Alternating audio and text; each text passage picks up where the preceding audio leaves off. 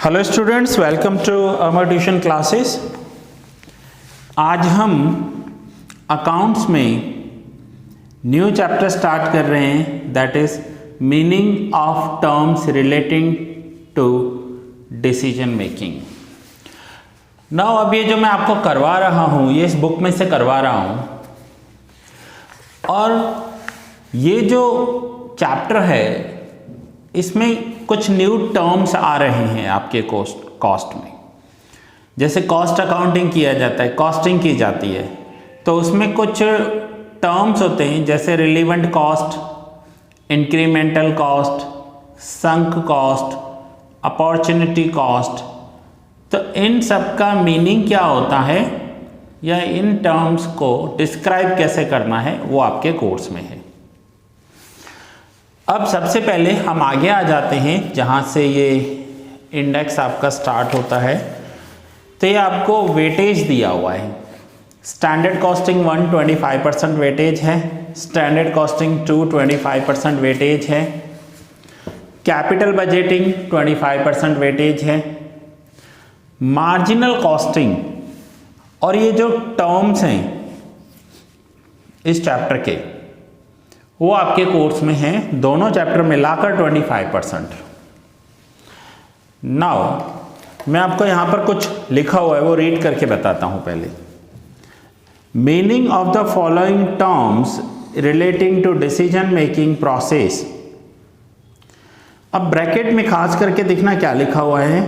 Only short objective type theoretical questions are expected.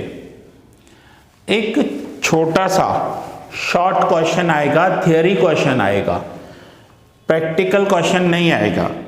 और theory question में क्या पूछ सकते हैं ये आपसे? Relevant cost, incremental cost, sunk cost. Means ये सारे जो टर्म्स हैं, इन टर्म्स की आपको मीनिंग समझानी है। सो इस चैप्टर में से आपको प्रैक्टिकल क्वेश्चन नहीं आएगा, पूरा थियोरिटिकल है। नाउ आइए समझते हैं एक एक टर्म करके कि टर्मिनोलॉजी में, कॉस्टिंग में हम रिलेवेंट कॉस्ट कैसे कहते हैं। रिलेवेंट कॉस्ट क्या होता है? Relevant cost is any cost which is affected by decision. Underline कर लो, अफेक्टेड बाय डिसीजन। आप कोई डिसीजन ले रहे हो और उसकी वजह से आपका कॉस्टिंग इफेक्ट कर रहा है, that is called relevant cost. जब मैं एग्जांपल एक्सप्लेन करूंगा तब आपको प्रॉपरली समझ में आ जाएगा अच्छे से। While taking decision about selecting an alternative from 3 or 4 alternatives, there are certain costs which must be taken into consideration which are relevant cost. हमारे पास 3 या 4 अलग अलग ऑप्शंस होते हैं। उन ऑप्शंस में से हमें एक ऑप्शन सिलेक्ट करना होता है और वो सिलेक्शन की वजह से जो हमारा कॉस्ट पर इफेक्ट आता है उसे रिलेवेंट कॉस्ट कहते हैं। फॉर एग्जाम्पल समझते हैं। अब एग्जाम्पल से समझेंगे तो समझ में आ जाएगा। If a company close down a branch, then staff salary, wages, electricity, telephone charges, etc. are stopped and are now not to be paid. अगर कोई भी कंपनी अपना ब्रांच क्लोज कर रही है, किसी का भी ब्रांच है, XYZ कोई भी कंपनी ले लो, उनका जो ब्रांच है अगर उन्हें वो ब्रांच बंद करना पड़ा तो स्टाफ को निकाल देंगे। नाउ सैलरी पे नहीं करनी, वेजेस पे नहीं करना, ब्रांच बंद कर दिया, इलेक्ट्रिसिटी पे नहीं करना है, टेलीफोन एक्सपेंसेस पे नहीं करने, ये सारे तो एक्सपेंसेस स्टॉप हो गए। So they are relevant cost for taking a decision to close down a branch. But अब ये ध्यान से समझना, but if a building has been taken on lease for the branch and lease rent has been paid in advance.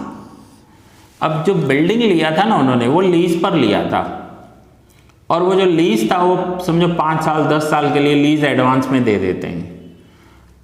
अब इन्होंने, इस company ने एक ब्रांच स्टार्ट किया, उस ब्रांच को 1 साल तक चलाया, लेकिन उस ब्रांच को जो लिया था वो लीज पे लिया था, और लीज यानी होता क्या है, रेंट ही होता है, बट हमें एडवांस में दे देना होता है। तो वो जो प्रॉपर्टी थी वो इन्होंने 10 ईयर्स के लिए लीज पर ली थी। इट मीन्स 10 ईयर्स का रेंट एडवांस पे कर दिया होगा। अब ब्रांच बंद करनी है तो एम्प्लॉयज़ को निकाल दिया, इलेक्ट्रिसिटी पे नहीं करनी है, बट जो लीज एडवांस में पे किया है उसका क्या, then lease rent is relevant cost. So जो लीज होगा ना वो रिलीवेंट कॉस्ट हो जाएगा, इसे हम कहेंगे रिलीवेंट कॉस्ट, क्योंकि जो भी उस बिल्डिंग का ऑनर होगा, जिसे आप हिंदी या गुजराती में मकान मालिक कहते हो, वो मकान मालिक रेंट तो वापस नहीं देगा ना। So that is called relevant cost. So आपको रिलीवेंट कॉस्ट की मीनिंग और उसका एक एग्जाम्पल एक्सप्लेन करना है। सो आपको इस चैप्टर में से ऐसे टर्म्स ही आएंगे जो एक्सप्लेन करने हैं। नाउ फर्स्ट हमने रिलीवेंट कॉस्ट समझ लिया। सेकंड अब हम समझते हैं incremental cost.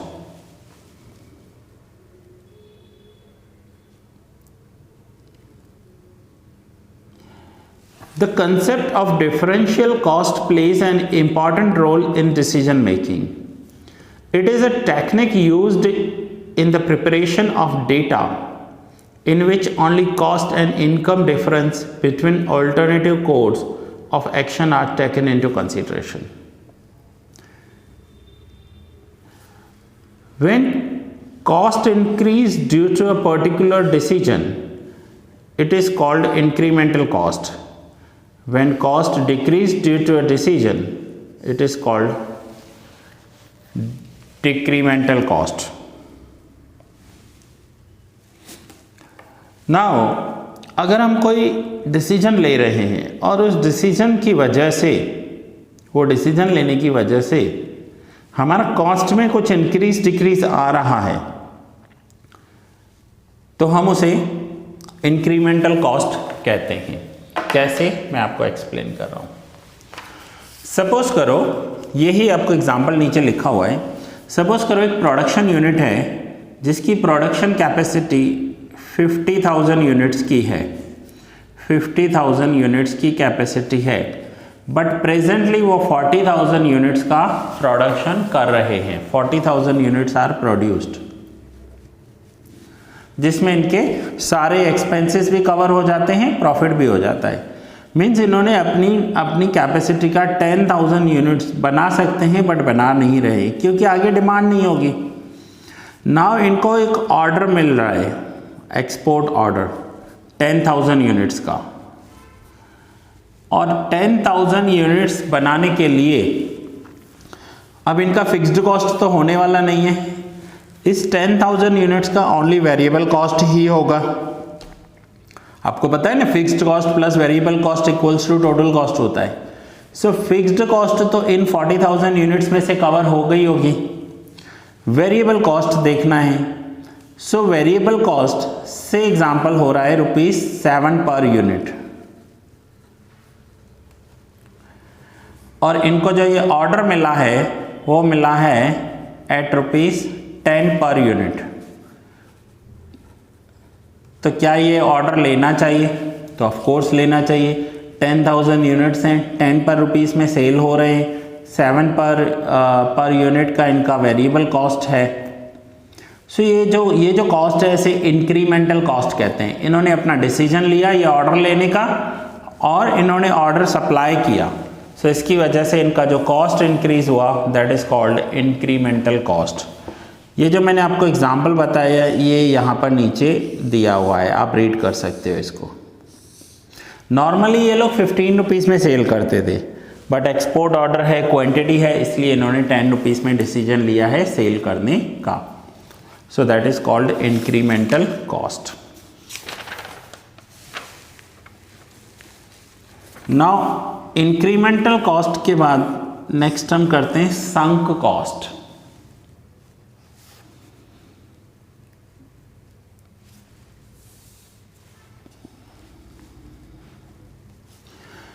The cost which have been incurred in the past and which is irrecoverable in a given situation is a sunk cost or historical cost. अब ऐसा कोई एक्सपेंस है जो इन्होंने पास्ट में कर लिया है, ऐसा कोई कॉस्ट है जो इन्होंने पास्ट में पे कर दिया है, and now that is irrecoverable, अब वो रिकवर नहीं होगी, so that is called sunk cost. Sink का पास्ट टेंस है, सिंक यानी डूबना, और संक उसका पास्ट टेंस है यानी डूब गया.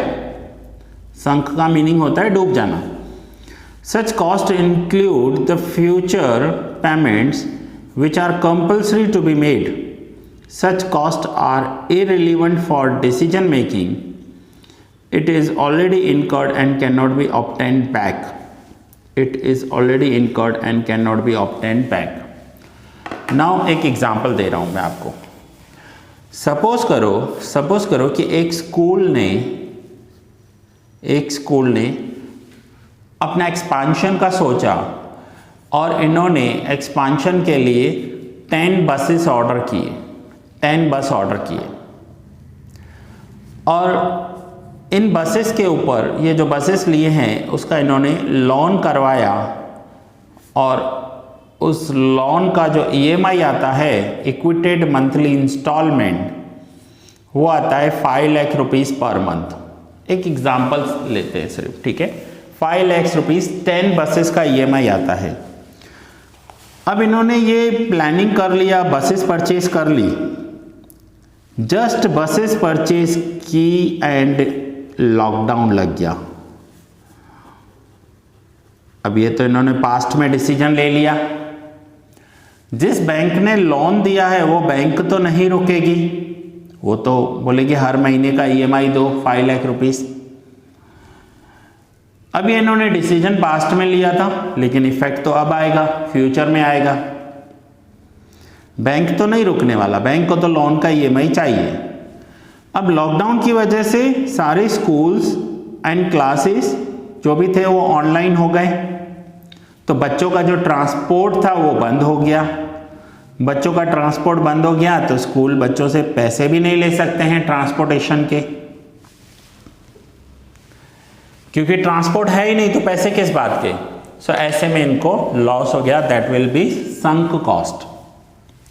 For example, when a proposal for replacement of a machine is considered, the capital loss और depreciated book value of the machine is a sunk cost. समझो कोई मशीन इनको चेंज करनी है, रिप्लेस करनी है, और उस मशीन का डेप्रिशिएशन ऑलरेडी हो चुका है, और उन्हें जो चेंज करनी है वहाँ पर भी लॉस हो रहा है. सो वो जो लॉस होगा वो संक कॉस्ट होगा. अगर मैं इन बसेस की बात करूँ तो 10 बसेस आ गए, 10 बसेस का डेप्रिशिएशन हो रहा है एवरी ईयर, एंड 2 ईयर्स से अप्रॉक्स स्कूल एंड कॉलेजेस बंद हो गए, लॉकडाउन लग गया, एजुकेशन इंस्टीट्यूशंस ऑनलाइन हो गए. सो एक तो बसेस की वैल्यू रिड्यूस हो गई डेप्रिशिएशन की वजह से, दूसरा बसेस इन्होंने यूज़ नहीं की, और दूसरा बैंक का EMI तो भरना ही पड़ा. That is called sunk cost. मैं आगे रीड कर रहा हूँ. Sunk cost is cost which is already incurred. ये एक ऐसा कॉस्ट है जो ऑलरेडी हो चुका है, and even if project for which it is incurred is closed down. जिस काम के लिए लिया वो प्रोजेक्ट क्लोज हो चुका था.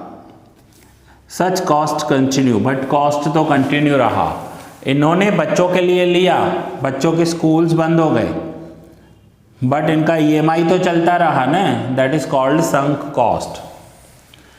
सो आज के लेक्चर में हमने 3 कॉस्ट के टर्म समझे. Relevant cost, incremental cost and sunk cost. Next lecture में मैं आपको अपॉर्चुनिटी कॉस्ट करवाऊंगा.